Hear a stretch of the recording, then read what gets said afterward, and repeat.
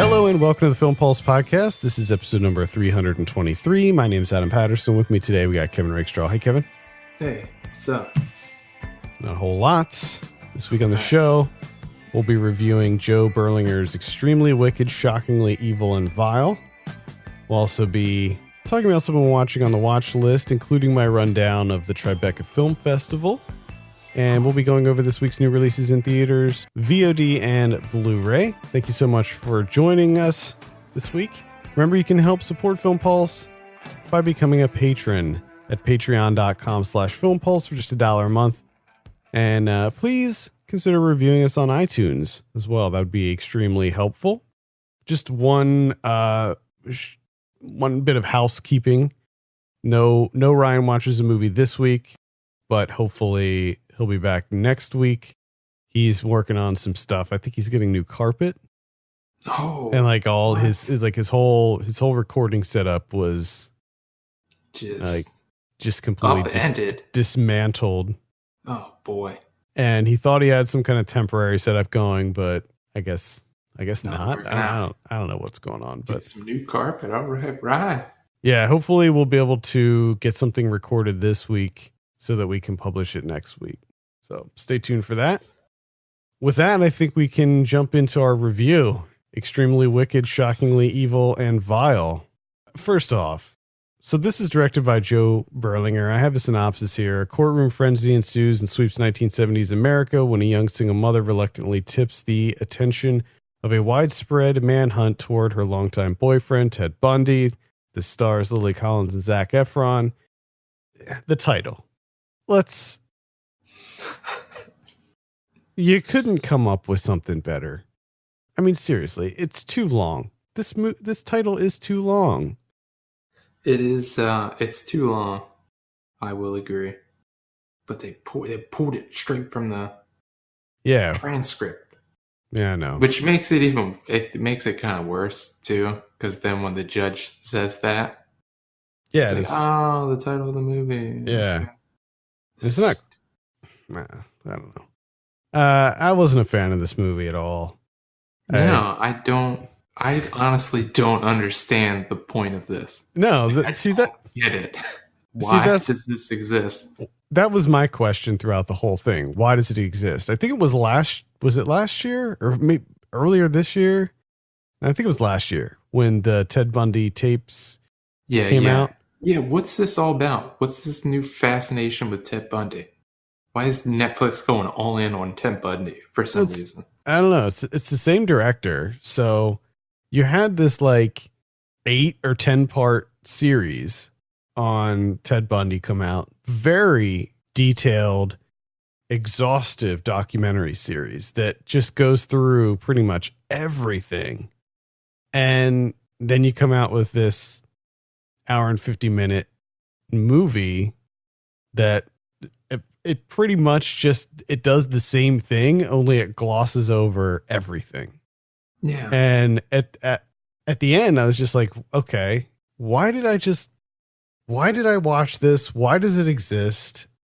It's so pointless. Like, I guess maybe they were trying to show more of Ted Bundy as a person and just how cunning and charismatic he was. But do you have to? Right. I don't know. Need this? And it would be one thing if sure we don't need it, but it would be one thing if it was entertaining, like if it was something that I could watch and be entertained by or feel like I learned something from it, like a glimpse inside the mind of Ted Bundy. Or one of the things that they try to do, I think, in this movie is show a lot of Lily Collins' character, or his girlfriend. Which is kind of what I was getting from the early stages of this movie. Early on, where it seems like we're kind of positioning Ted Bundy from the perspective of Lily Collins' character, Liz, that she plays. And it's like, okay, so we're kind of seeing this guy as she's seeing him, where we don't try not to know anything about Ted Bundy, the crimes he committed. They never show any of the crimes, thank God. And you're just seeing him as she saw him, where, he's just this nice guy. Which makes sense for a while, but then, like, large chunks of this movie, she just disappears. She's not in it anymore. Right. And it's just him, like, escaping from jail and stuff. Yeah. So after he gets arrested the first time and escapes, well, I guess he gets arrested, then he's like out on bail, and then he ends up going back, and then that's when he escapes. When he sort of flees to Florida, that's when the shift sort of happens, and we just spend most of our time with him. It cuts back to her periodically, but it's all just her getting drunk on the couch watching the news. Yeah. Which is, I don't know. Like, to me, that felt somewhat disrespectful, even though, okay, maybe that's what she did do with most of her time. But at the same time, it was like a little clip of just her being extremely despondent, pouring herself a drink, and she's sitting on a couch. Like, her daughter's not even around anymore. Like, I don't even know what. Yeah, did she have custody of her daughter at that point? I don't know. Yeah, the daughter disappears. Like, all she has custody entirely of is like 6 bottles of vodka and a little tumbler glass, and that's all she does all the time. It'd be interesting if they kept the focus solely on her through the whole thing. Like, they never followed Ted at all and just kept it focused on her. I think that would have been better. Yeah, and I thought for a moment that that's kind of what it was going to be, because you're just kind of seeing, like, when he gets picked up for, like, running 2 stop signs, like, they never show any of the crimes that he commits. Right. They don't really discuss the crimes that much either. You're kind of left in the dark, like, as you would be if you were her. A lot of the stuff they can't talk about. So you're just kind of getting bits and pieces here until later on, when it becomes kind of this national news story, and there's cameras in the in the courtroom and everything, and it kind of becomes this circus. That's kind of what I thought it was. And then, that happens, and I'm like, okay, we're going to be focusing more, I guess, on how this was like the first nationalized, or not nationalized, first televised trial, and like how that was a whole thing. But even that didn't really feel like an exploration. Like, nothing felt explored at all. Like, it was just bullet points, glossing over a ton of stuff. I honestly believe that the only reason this exists is because someone was like, wow, Zac Efron, he looks a lot like Ted Bundy. Like, we could make that movie. And then someone was like, yeah, well, let's do it, I guess. Yeah. In fact, it's funny because one of my notes here is just bullet points, because that's exactly what this movie is. It's just segmented bullet points of his crimes and the subsequent trial and the craziness. And I mean, to be fair, it's a fascinating story, but I think if you watch the documentary series, you would gain so much more from that than this movie. Yeah, and it's a good documentary series, and it just came out it was either last year or earlier this year. But yeah, I think that was right on the threshold there of the 2018, 2019, because I knew it wasn't that long ago. Yeah. Because I remember thinking, like, why is there so much Ted Bundy stuff?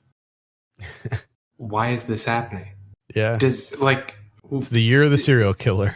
Is it not offensive to the 30 plus victims to be like, hey, we got Zac Efron to play Ted Bundy? Like, what the fuck? We don't need that.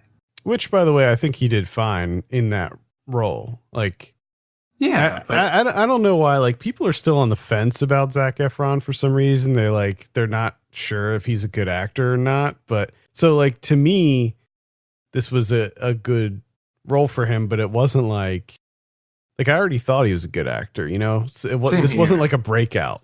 No, For, and I don't think it. I don't think it can be a breakout for him because let's be honest, the writing in this is extremely basic.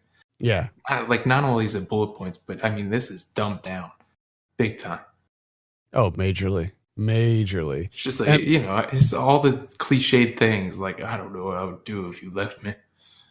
yeah, I also like I looked through some of the letterboxd reviews on this, and it seems a little mixed, but mostly negative. But one of the couple of the reviews mentioned the music and the music selection being good, and I completely disagree. I thought that the music selection was very poor, mostly because every song pick is so on the nose, and that really bothers me in movies when they choose a song because like one specific lyric of the song relates to what's happening in the scene. That That's what, that bothers me, and that happens pretty frequently throughout this movie. yeah, to play semi hits from the time. Like you just imagine yourself being somewhat related in some way to like one of these victims. And this is what's happening in 2019. Like, would you think that back in the 70s or 80s that they're going to get fucking Zac Efron to play this dude and they're going to play fucking hits? Yeah, I mean, especially because not all of his victims were killed either. There were survivors, and I think that releasing something like this would certainly, dredge up this horrible trauma that these And I people mean, went and through. for what? What is like, there's no exploration whatsoever. Nothing. Yeah, I Whether mean, it be society's role in kind of I don't know how I want to put that, but the well, whole idea of televising yeah, I mean, it was all and making it worse. yeah, the killings were glamorized, right? Like everything about this was a show. And I think that because he was a really intelligent guy, he was a good-looking guy, that made things so much worse. And then of course you had like the theatrical element of the trial where he, proposed to that ex-girlfriend of his while she was on the stand, and they got married right then and there because there's a crazy loophole in the Florida judicial system and just all of that stuff. I think that televising it was a huge mistake. Mm-hmm. Huge mistake. But yeah, they don't, it's not like it's an exploration into the mind of a serial killer or anything like that.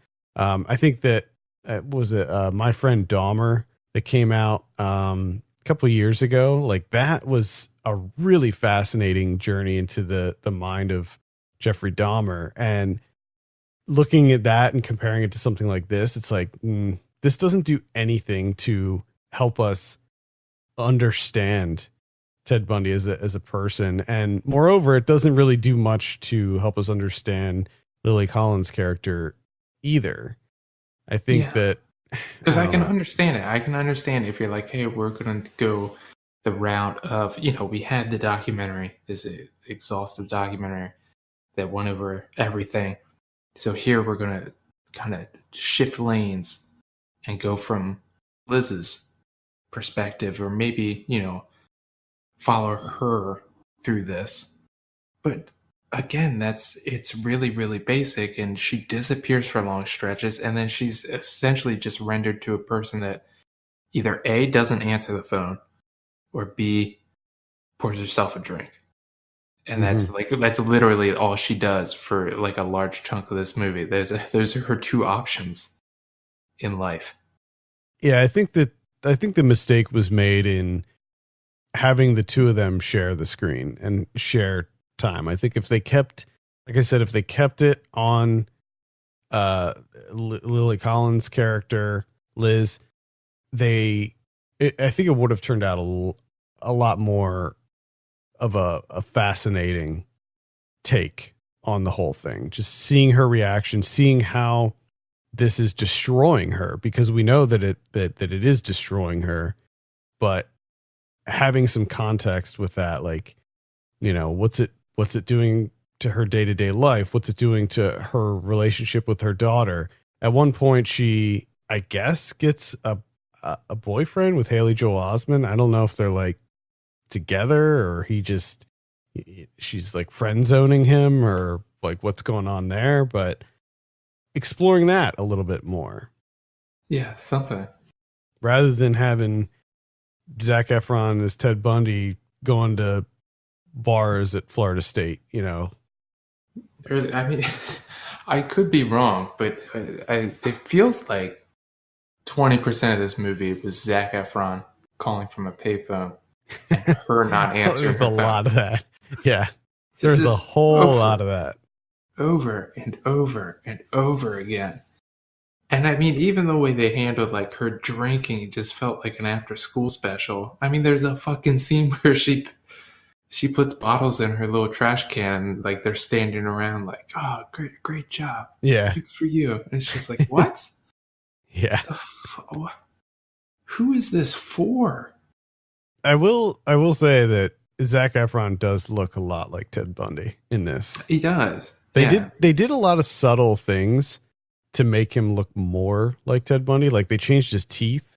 I don't know if you noticed that, but his teeth look a lot like Ted Bundy's in the like interviews that they would show later on and stuff. So lots of small touches to really nail that look.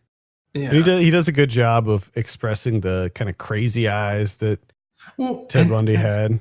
That's another thing too that just feels very bizarre because they also do where they kind of match the time period visuals where some of it is like you're watching it on TV. Mm-hmm. You know what I mean? Like you're watching their footage. Yeah, they do cut in like real footage too. Yeah, in those. Which it seems like just a lot of resources for what? Like, great. Like, I guess you did a good job of like getting the time period right and blending things together and getting Zac Efron to look like Ted Bundy. But for what? Like, this was just a waste of time. Why?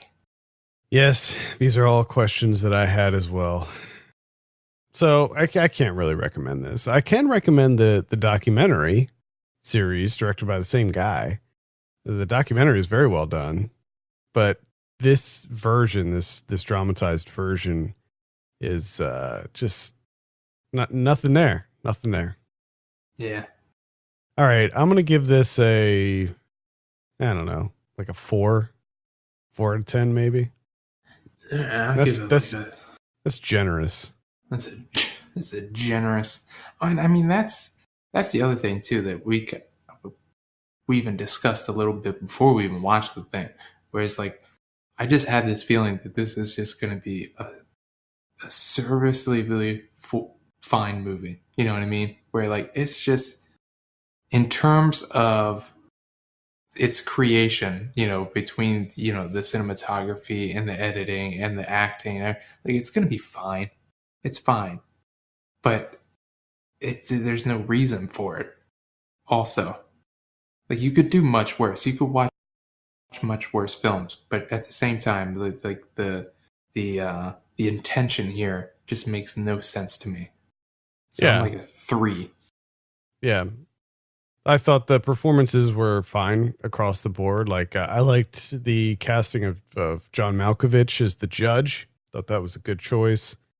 Some of the other casting choices I thought were good, but yeah, didn't. At the end of the day, it just fell flat.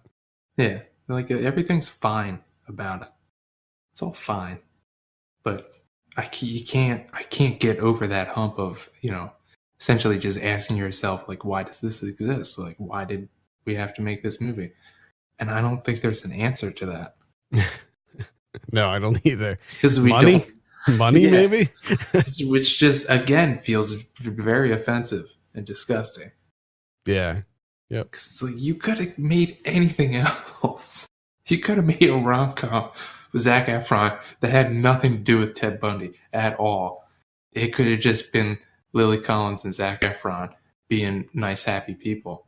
That probably would have made you more money. Yeah, probably. All right, that's Extremely Wicked, Shockingly Evil, and Vile. It's on Netflix right now.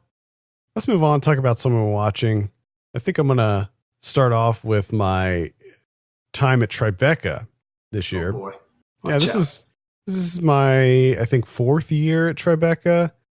And overall, I would say this year was okay. I saw, I think, 14 movies there. A couple highlights.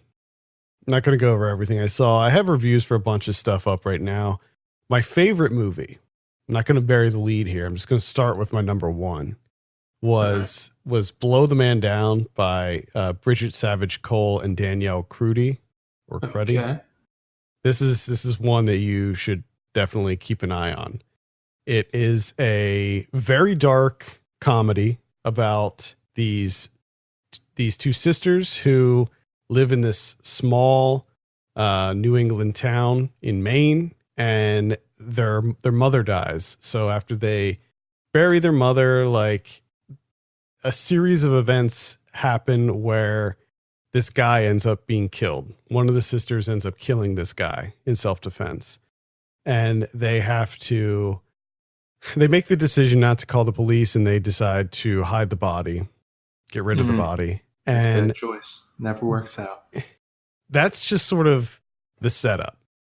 What happens after that is a series of sort of mysteries. There's sort of this mystery behind this town, and there's all of these like secrets that the town holds, and it is fantastic. I absolutely love this movie. It plays out like sort of a noir, but it's very funny. There's a lot of comedy in it, and it's got a really solid cast. I mean, Margot Martindale plays sort of the antagonist, okay, Enid, and she runs this bed and breakfast, and you have this like gaggle of women who sort of run this town behind the scenes, and those women are played by Marceline Hugo, Annette O'Toole, yes, and June Squibb.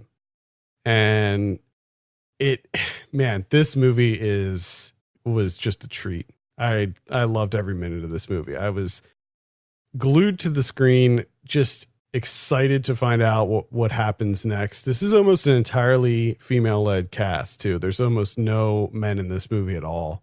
And the way that they do, like, the movie starts with this like sea shanty song, and in between the acts they play more of these like sea shanties because it's like a fishing town, but it's like these women who are essentially running the whole town. Just a really great time. So I highly recommend keeping an eye on Blow the Man Down. Okay. I think you'll it sounds good. Yeah, I think you'll really like that one. A documentary that I saw that I really liked is called Scheme Birds. This is directed by Ellen Fisk and Eleanor Holland. Scheme Birds. Yeah, Scheme Birds. I like the title. It's a good title. Please tell me it's birds with schemes. No, not really. Damn it. It's sort of a slice of life documentary. It takes place in this former steel town in Scotland. It's like northeast of Glasgow, I believe. And this is like sort of this rundown, poverty-stricken town where there's not a lot of opportunities for the youth, and all they do is pretty much just drink and party and do drugs and get in fights. There's a lot of fights happening, and it just follows this I believe she's 18 when they start following her. Her name's Gemma, and just sort of follows her through her life, and then it'll periodically cut away and follow around one of her friends or her grandfather who she lives with. And it's a really, really great sort of fly on the wall style documentary Okay. that I can heartily recommend. The Gasoline Thieves. This is another one that was really, really good, surprisingly so. Directed by Edgar Nito. This is a Mexican film that it's a coming of age story, but it is the framing around this is the problem of gasoline stealing in Mexico. So the fuel prices, so there's like a fuel shortage in Mexico and prices are on the rise. So there's way more demand than there is supply. So what's happening is cartels are moving their focus from the drug trade to the gasoline trade. So they're breaking into fuel companies' property and they're putting in illegal taps into their gas lines and they're stealing gas and selling it on the black market. And the film is about this 14-year-old kid who he has a crush on this girl and he wants to buy her a phone. And the phone is pretty expensive. So he ends up getting a job at doing this, being a gas thief, and the horrible dangers that come along with it. I can imagine. Yeah, it's a very, very dangerous job, not just from the perspective of anything could catch on fire at any time because you're like busting into these pipes, but also the fact that these operations are run by cartels who have no qualms about killing a child. Yeah. So it's really good. It's beautifully photographed, but it is very sad. It's a very tragic story, but it is certainly one I can recommend. Again, that's The Gasoline Thieves. Okay. Another one that I saw is called Crown Vic. This is directed by Joel Souza, and it takes place over the course of one night, and it follows two LAPD officers on just going about their shift. They're just going on their shift. And the movie starts at the beginning of their shift, ends at the end of their shift, and one of the guys played by Thomas Jane is sort of this veteran. He's been on the force for 25 years, and he's taking on a new recruit played by Luke Kleintank, and it's like he's like a rookie. He's only been at it for a very short time, and he just got transferred to their precinct. It was his first night, and the movie just there's a couple like through lines that are happening, but for the most part, it's sort of done in this like procedural way where we spend some time with them just driving around, patrolling. Then they'll get a call. They'll do that call. Back in the car, same thing.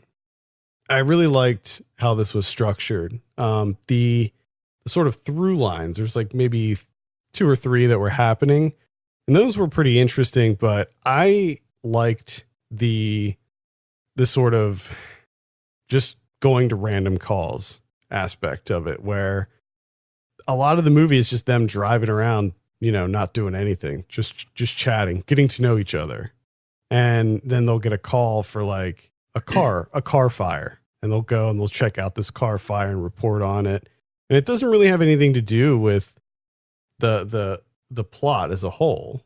Yeah. But it's just a day in the life. And in that way, the movie feels very real, feels very gritty and realistic. And I quite liked it. Okay. Yeah. Crown Vic. Those are the ones that I'll mainly get into detail on. I think I have reviews for all of those up on the site now. Another one that I would keep an eye out on is Goldie. I think you'll like that one, Kevin. It's about a teenager who she's down on her luck. Her mom gets taken away, and her mom gets arrested, and her and her sisters flee from children and youth services, and they're sort of homeless, and they have to try to figure out what they're going to do. And she has dreams of becoming a music video dancer.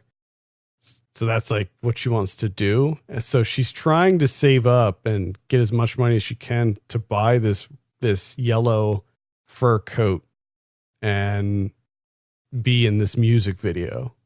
And that's going to like pull her and her sisters out of this slump that they're in.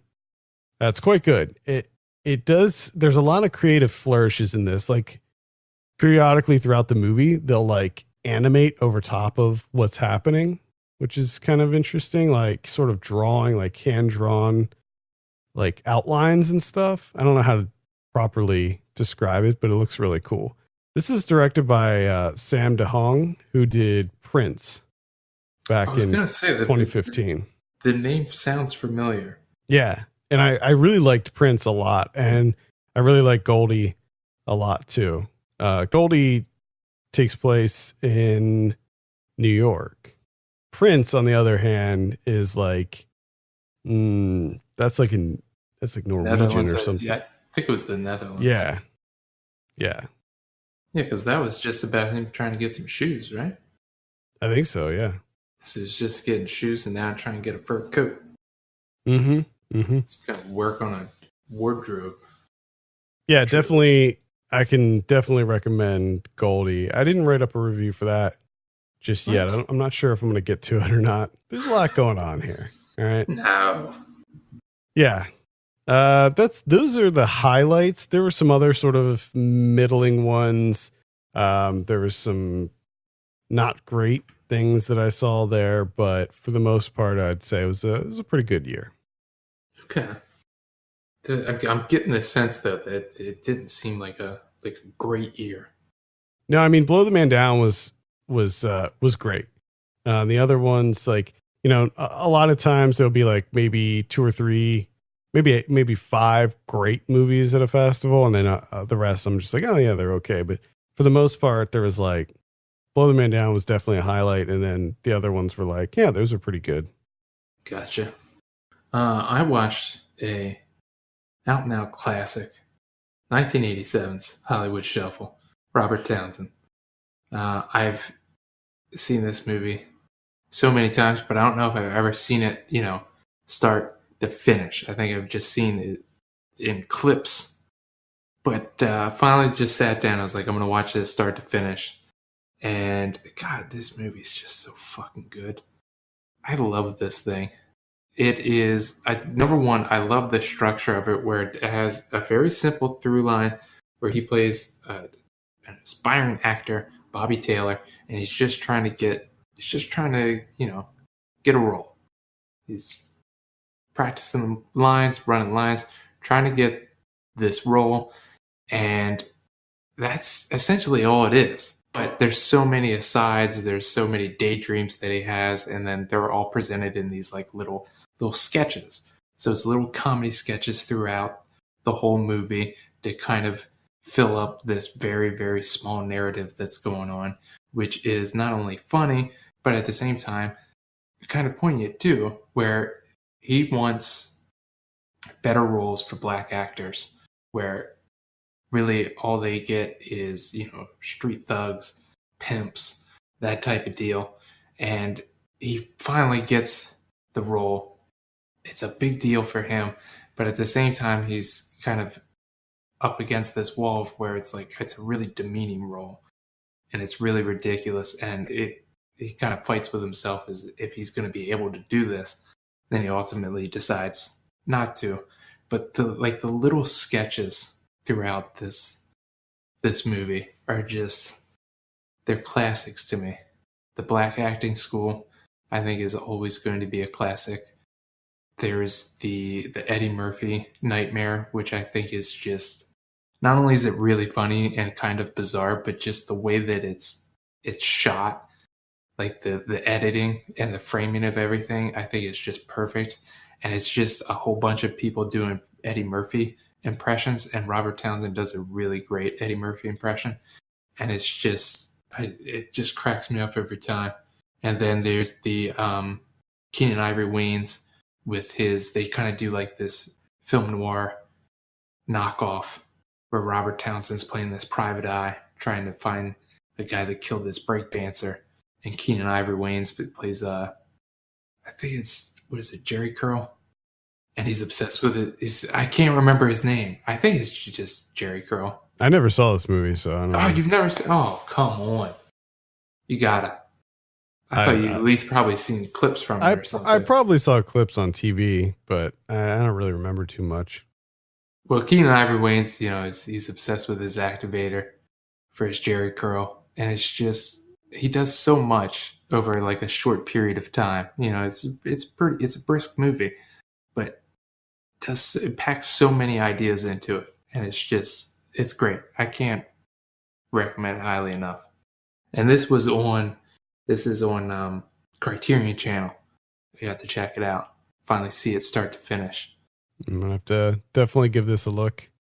I just know Robert Townsend from Meteor Man. Remember Meteor Man? Yeah, and that's why I ended up watching it, because I was like, man, when I was younger, I loved Robert Townsend.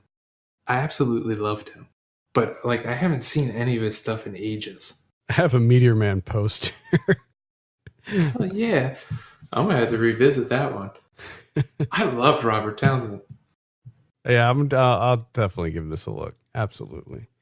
I saw The Biggest Little Farm, which comes out this Friday.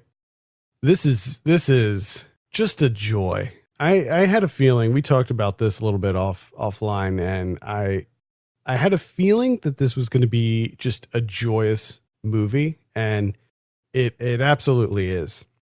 So the documentary about this young couple who they have this the husband works as a cinematographer and a cameraman for like nature shows, nature movies, like Discovery stuff, and he was working on a show that involved a pet hoarder where she had like 200 dogs or something, and they end up he met this one dog and sort of fell in love with this dog and adopted it. His name's Todd, by the way, and he's just a gorgeous dog, just a really, really great dog. And he made this promise to Todd saying that he would never leave him. And they ended up getting evicted from their apartment in Santa Monica because whenever he would leave the apartment, he or his wife would leave the apartment, the dog would just bark nonstop. And they tried everything. They tried trainers. They tried like getting one of those vests, the like comfort vests, and Yeah. they tried everything, and nothing worked. And they had this like dream to buy a farm and create a fully self-sustained farm. And when they got evicted, they took this as an opportunity to do that, to try to chase their dream. And they end up buying a 200-acre plot of land 2 hours north of Los Angeles, and they created this farm that is sort of it sort of coexists with nature. So they use everything, like everything's sustainable. They have like 75 different types of stone fruit in their orchards, and they have like chickens and sheep and cows and pigs, and it's like more of a traditional farm, and they sort of just use everything in a way that it all coexists. And they turned this plot of land that had like dead soil, dead everything, and they completely transformed it into this like beautiful, lush farm. And it wasn't, there was like, I'd say like 90% of the movie is horrible shit happening to them just nonstop. But at the same time, like they persevere, like they push through it. Like they had this coyote problem where coyotes were breaking in and killing chickens, like hundreds of chickens were being killed just over and over and over again. And they just couldn't figure out how to stop the coyotes. And then they realized, instead of trying to stop the coyotes, let's try to work with the coyotes and have the coyotes focus on, because they had a gopher problem too. So they're like, okay, well, let's see if we can get the coyotes to go after the gophers instead of the chickens. So the whole movie is just them having these disastrous things happen and then coming up with creative ways to solve them. And what they end up with is this like insane like circle of life ecosystem that it all like everything works together. And it's just first of all, it's absolutely stunning. The cinematography in this, it feels more like a nature documentary than it does like a vlog of sorts, which is sort of what it is. Okay. But because of this guy's background as a nature photographer, like he knows how to shoot nature, and it looks really, really incredible. There's a lot of really great drone shots. He uses like slow motion, time lapse. There's a lot of really great cinematography in this, and I would say if you can see it in the theater, if that's an option, I would highly recommend that. But yeah, I really loved it. I thought it was great. I can see why some people may look at it, and I have a review for this dropping probably right around when this episode drops. And in it, I sort of talk about how I could see why people might look at this as sort of an ad, like it's sort of a commercial for this farm in a lot of ways, because this is a working farm, and like you can buy stuff from this farm, you can go take tours, and the people who made the documentary are the owners of the farm. So in some ways, certainly there's some bias in there, but I was so easily able to just disregard that and just sort of be enthralled by this story. And the husband and wife, they're very likable characters, and you just want them to succeed. And you get attached to the animals too, and it's just a really great documentary. And I think I watched it right after Extremely Wicked, etc. So it was like the perfect palate cleanser. It came in at just the right time, and yeah, it's wonderful. So Biggest Little Farm, highly recommend it. Yeah. I have one that I don't know whether I recommend it or if I don't, but I also know that it doesn't matter at all because I think everyone else has already seen it, and that's Burning, which I remember you being kind of not quite getting all the fuss. Yeah, a little bit. And I understand why you feel that way. I get it. This is on Netflix now. You can watch it on Netflix if you're one of the people that haven't seen it yet. But I feel like I'm way late to the party. And also, I'm like you. It's beautiful in a lot of spots, especially a lot of stuff like out in the country, like when a lot of the filming like at dusk. Look, it looks incredible. It looks beautiful. But the actual story here, like to me, it just tipped its hand like super early and knew exactly what was happening. Yeah. And it didn't really feel like it went anywhere. I don't know. I'm glad you agree with me. I'm glad that you're the one person who agrees with me on this. It's not like I didn't. I'll reiterate. It's not like I didn't like the movie. I just didn't think that it was the greatest thing. Like I felt like it was a little bit overhyped. Yeah, yeah.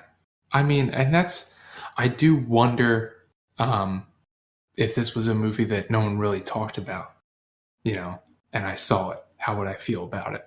You know what I mean? Like, what kind of impact did that have? Where for a while there, it was like everybody fucking talking about Burning. Gotta see Burning. It's incredible. Oh my god, Burning. So I don't, you know what I mean? Like I don't know what kind of impact that had, but like a lot of it at the end, I'm just kind of like, yeah, that was fine. Like didn't really feel that special. Yeah, that's exactly how I felt. Like it was good. Performances were good. character development was on point. Like Stephen Young's character was a fascinating character, but and I don't want to spoil it, but like as soon as you're introduced to him, I'm like, oh, I know what he is. Oh yeah. I know what's going on there. I know exactly where this is going. Yeah. And then it goes exactly there. And I'm like, okay, all right, cool. Mm-hmm. I got you. I'd still recommend checking it out since it's on Netflix now. It's a lot easier getting access to it. But yeah, it's good. It's good. All right. It's good, I guess. I don't really have anything else. I have one it's not available anymore, so I feel bad. But this was on Festival Scope, part of on their free version of their website. They do, a lot of festivals where you usually pick like 7 or 8 films, usually a handful of shorts and a couple of features that you can watch for free, like within a certain window. And every year they seem to do New Directors, New Film Festival.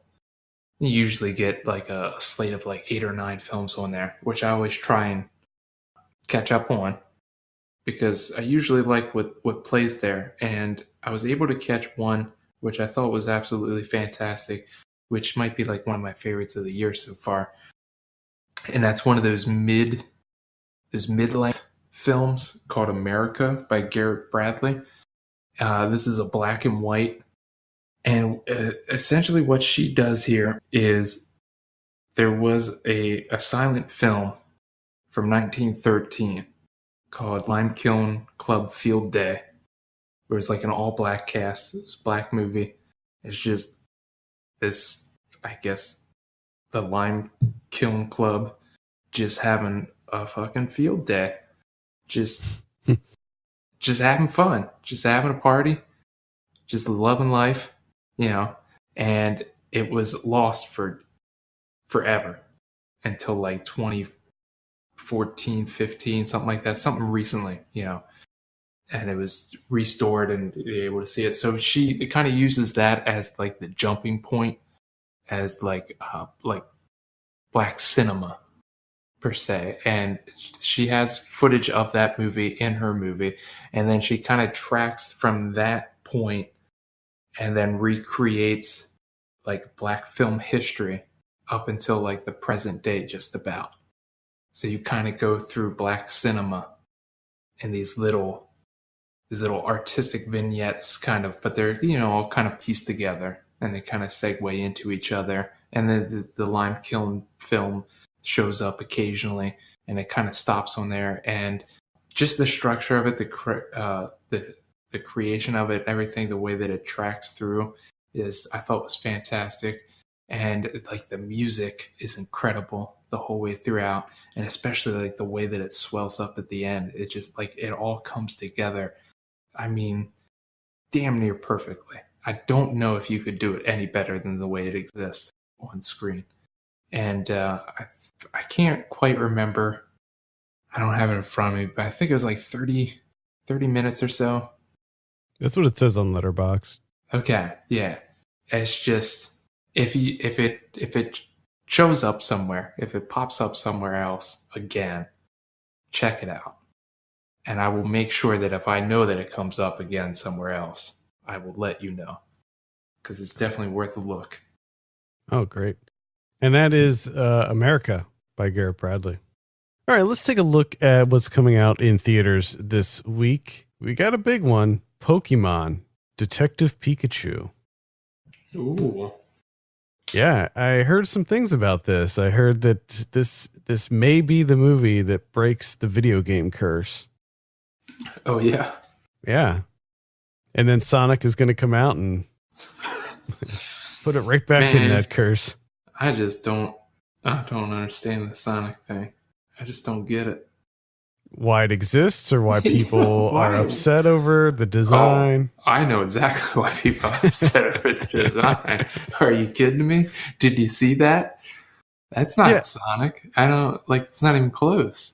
it's funny because like I had this conversation with my wife, and then also I've seen the discourse on Twitter and other social media about why people are bent out of shape over the design of Sonic. Like, what does it matter? It's like an animated character, blah blah blah. And my response to that, and first, I'm not even a big Sonic guy. I'm not a huge Sonic the Hedgehog fan. I was I I guess I like some of the games, maybe, Mhm. but Yeah. never a huge Sonic fanboy. So I don't really have skin in the game when it comes to this movie. Like it, regardless of the design of Sonic, I think the movie looks bad.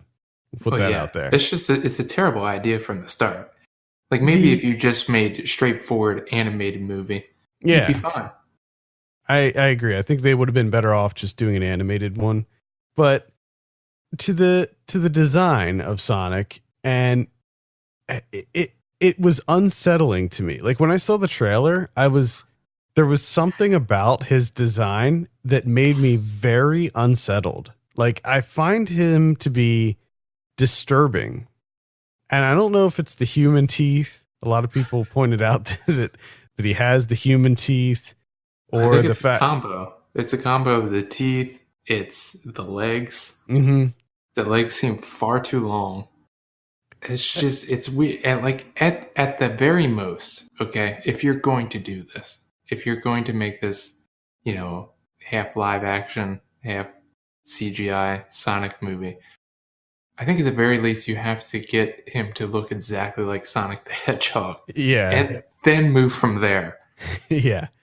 Well, of course they did announce that they're changing the design, which it's a no-win scenario, right? Like they're changing the design because they screwed it up so royally bad and there was such an outrage.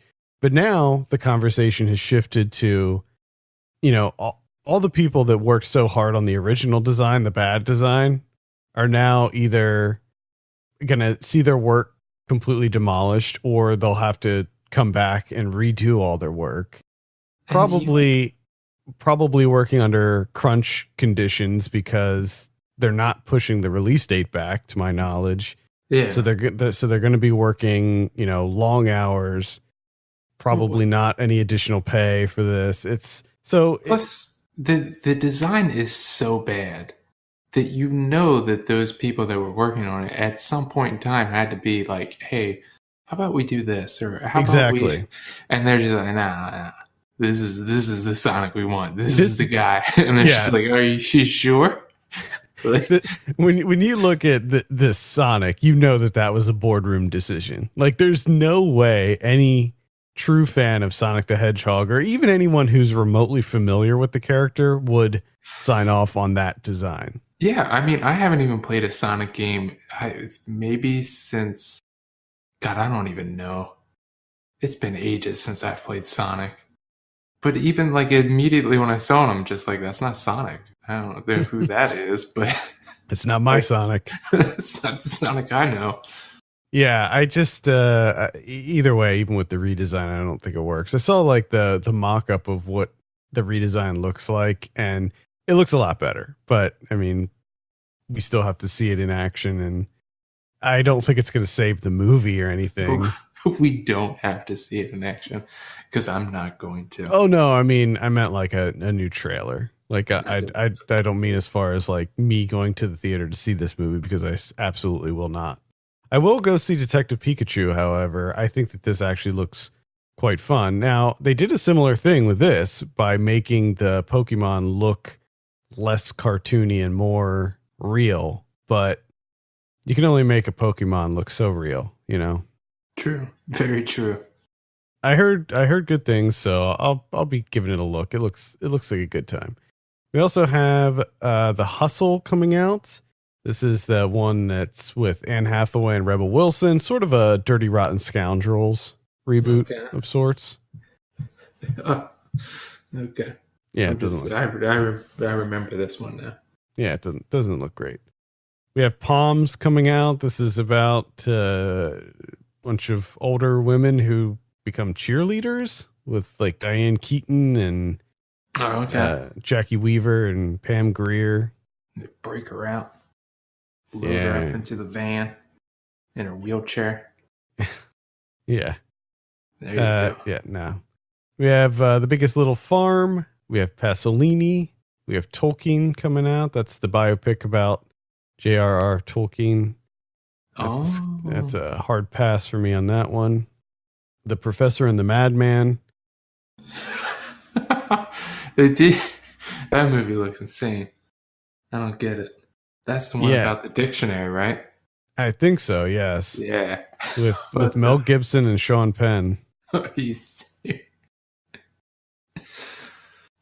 Oh my God, that's nuts. Yeah, it's about the Oxford Dictionary. Are you fucking kidding me? Let's see what else we have here. All Is True. We have General Magic, which is a documentary about the company General Magic. Those sort of they were like the people who made the iPhone, essentially. Like they came up with the idea for an iPhone like device like way before Apple. I was hoping that it was going to be a magic movie. No. But just focused on like general magic. just nothing fancy. You run of the mill magic. Like the type of magic that you get in like the magic kits for kids. Just sleight of hand. But like really basic sleight of hand too. All right. We have Charlie Says coming out. That's the one directed by Mary Harron. Okay. Yeah. It's another Charles Manson movie. One of at least 3 coming out this year. And I can't really recommend this. It's just everyone's cashing on serial killers this year, I guess. It's the 50th anniversary of the Manson killing. We're gonna be anniversaries. Yeah, I don't know if that has something to do with it, or is that a good idea? Probably not. No, probably not. But they did it anyway. Jesus Christ. That's pretty much it for theaters. On VOD this week, we have 79 Parts, and this is on Tuesday. We have Scary Stories, which is a documentary about scary stories to tell in the dark. I guess it's could be used as a compendium to the upcoming movie version of it. Do you remember these books? I think there was 2 of them. Oh yeah. I never understood these books. I read them every chance I could get. I don't think I ever owned one of them, but I would always try to get my hands on one because we had them at school. And I, to this day, can never quite understand how these were marketed towards children because they are horrific. These books are horrific, but they're great. I might give the documentary a look. I don't know if I have time. Just to catch some footage of like the Scholastic Book Fair or something. Yeah, I mean, the documentary is sort of all about how controversial the books were. So, we have Room for Rent. That's a horror movie. And then on Friday, we have Wine Country. This is on Netflix. This is the one with Amy Poehler and... Okay, Maya Rudolph and all that? Yeah. Okay. The whole gang. The whole gang back together in Wine Country. Rachel Dratch. Tina Fey, Anna Gasteyer. Oh man, nice. Yeah, I'll give that a look. Hell yeah, I'm watching that. Yeah, maybe we'll review it next week. Who knows? We might. That's pretty much it for VOD. On Blu-ray this week, we have some 4K releases, including Black Hawk Down, Hannibal, Hellboy 2, Lego Movie 2, Backdraft, Forrest Gump. The Lego Movie 2 is also coming out on regular Blu-ray. I didn't see that in theaters. Me either. And I loved the first one. Same here. Yeah, same here. I have no doubt that I'll love the second one, but for some reason it just eluded me. I think it came out at like kind of a weird time. I think I was like traveling or something when it came out. The Prodigy is coming out. That's the horror movie from earlier this year. That's pretty much it. There's not a whole lot coming out on Blu-ray this week. Just a lot of re-releases of previous movies. That's interesting. Yeah. What about Criterion's? We have one Criterion, unless yours says otherwise, because you slapped an S one there. No, Do we have different info? I don't think so. Okay. All I have is William Wyler's The Heiress from 1949. Just jam-packed with special features. Short films and TV show appearances, documentaries, all sorts of stuff. Bullet point after bullet point. Nice. And we took the week off last week, but that's when Police Story 1 and 2 came out on Criterion, so I didn't really have a chance to talk about it other than when I talked about the movies themselves. But I would highly recommend highly recommend picking that up on Criterion. I do have a review for that up on the site as well. Tons of great bonus features in that sucker. It's a 2-discer. Oh man, 2-disc. Mm-hmm. All right. I think that's going to do it for this week. Thank you so much for listening. You can send us your questions and topics to podcast@filmpulse.net. You can follow us on Twitter @FilmPulseNet and @FilmPulseKevin. If you have a minute, take a look at our Patreon page, patreon.com/FilmPulse. Consider helping us out by becoming a subscriber. For Kevin Rakestraw, my name's Adam Patterson. We'll see you next week.